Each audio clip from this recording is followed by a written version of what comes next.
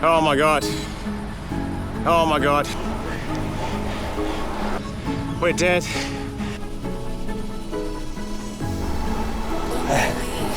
I'm in the locker. I'm hurting.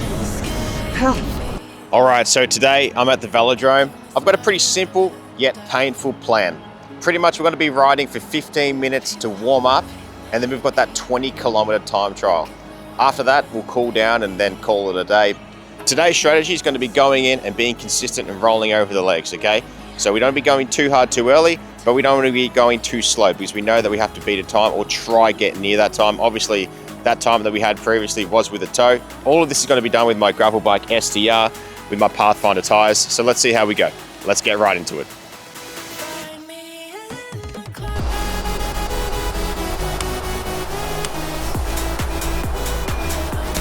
All right, so we've just started. I'm feeling pretty good. This is the warm-up as well. So we'll check back in like 10 minutes when I start the first kilometer. What's going on YouTube? It's your boy Jacko G3 coming back at you with another brand new video today. Cycling, doing a 20-kilometer time trial in the Velodrome, making my debut in the Velodrome too, which is very exciting. All right, 15 seconds until we take off. I think I'm feeling pretty fresh after the warm-up. Let's see how we go. There's someone else on truck with me. He can help pace and go from there. But we've got to hold it up.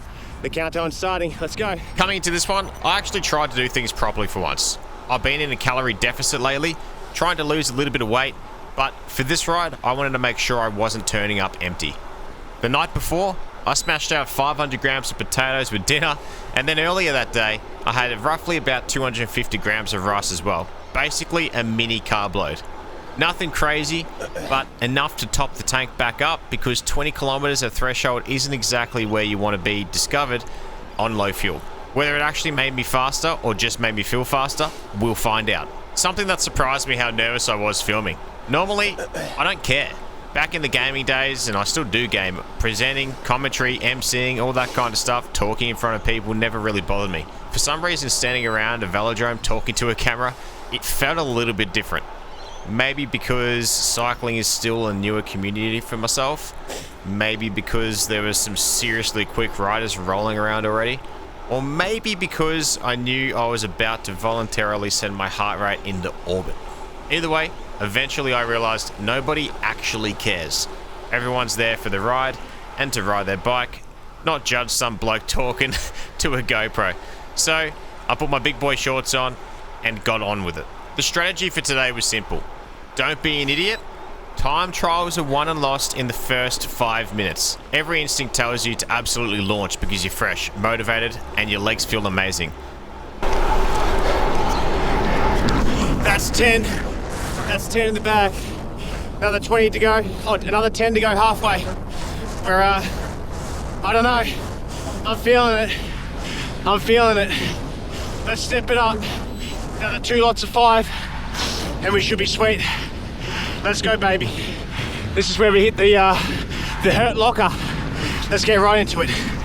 Then 15 minutes later, you're questioning every decision you've ever made. So I wanted to start controlled. Hard enough to be competitive, but not so hard that I'd explode halfway through. If the numbers looked good later on, then I'd squeeze the lemon harder. Through the opening section, I was mostly watching my heart rate and speed. Heart rate is always a little misleading early because it lags behind effort. You can feel amazing while your heart rate hasn't caught up yet. The temptation is to see a lower heart rate and think you've got heaps left. That's actually where people dig themselves a hole. So I focus more on feeling a rhythm. Find a gear, set it all into position, and make the effort feel sustainable. By around the halfway point, things were actually feeling pretty good. It was a relief because usually if you're going to blow up, this is where the cracks start showing. The speed was holding nicely, cadence felt smooth, and I wasn't seeing any major drop-offs. At this stage, I still had no idea if I was on target for the time I wanted. I didn't even know what time I wanted.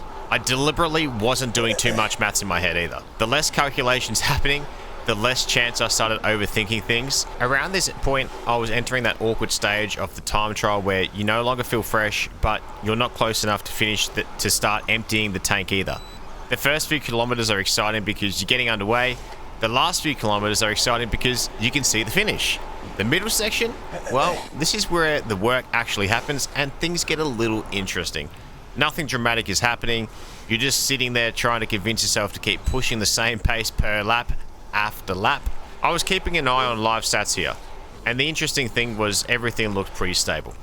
Speed was holding, cadence was staying fairly consistent, and heart rate was gradually creeping upwards rather than spiking. However, you can see right now it's up in the higher 160s to 170s. If the heart rate starts drifting up while the speed drops, you're probably in a little bit of trouble. But if both are staying reasonably strong, you're generally pacing things pretty well. One thing I learned from cycling is that fitness and suffering are two completely different skills. You can definitely be fit enough to do an effort, but actually sitting there and tolerating the discomfort is another thing entirely. A rider came alongside me and we basically ended up working together for a few laps. At first, I was towing him around. Then he came through and towed me for a little bit. Now, here's where I exposed myself as someone who clearly hasn't spent enough time riding in groups. He gave me the elbow flick, and I absolutely had no idea what he wanted. I knew I'd seen it before, but never really experienced it in person when we go for our group rides. No one ever really does that. We normally just talk. So this is the first time I saw it. My first thought was he was speeding up and trying to drop me. So naturally I responded by trying to speed up as well.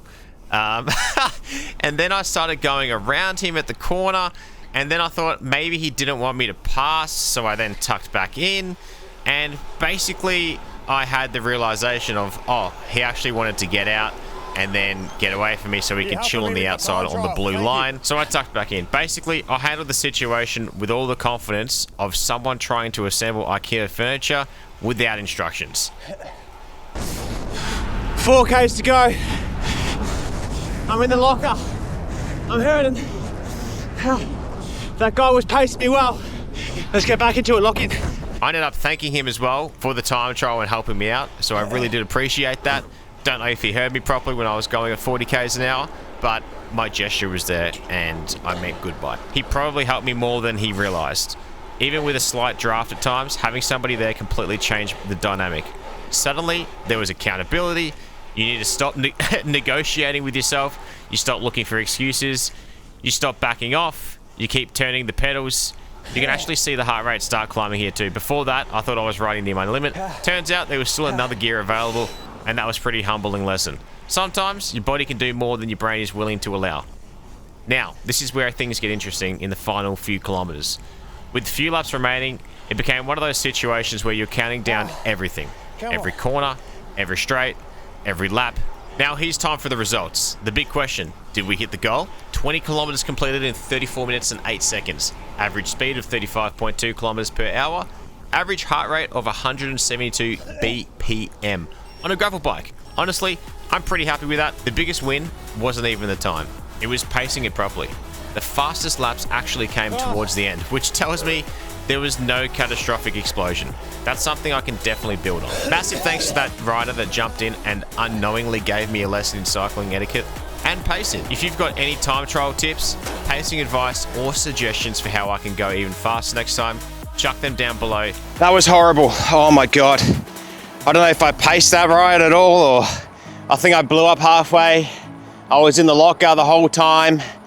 Oh my God. Whew. At the start, I felt good. Had some false confidence in the middle. Had a bit of a toe towards the last quarter, and then finished off pretty strong. Kinda. I don't know. Oh, sorry.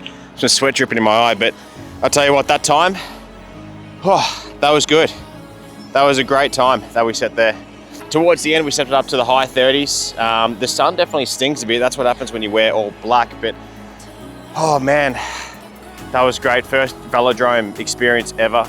As you can see, it's packing out a fair bit as well. A lot of people on the track, and it was such a cool experience. The average speed went from being right to then wrong, to then so right, and then totally wrong. So wrong. So wrong that I wanted to pack my bike back in my car and just drive home. Oh my God. My legs are completely gone. I don't even know how I'm standing here. I'm gonna have to drive home with my legs in the passenger seat and my upper body in the torso on the driver's side. That doesn't even make sense. I'm not even thinking right. That goes to show that a gravel bike can be fast. But obviously, if you put Tadej Pogacar on this bike, it would be a completely different story. Gravel bikes definitely aren't built for this, but that was so much fun. It was something different and a new challenge in the cycling space for myself, as I am quite new to it. If you guys have come this far in the video and stuck around, make sure to leave a comment of what you guys want me to do next, and I'll catch you guys in the next one. Peace.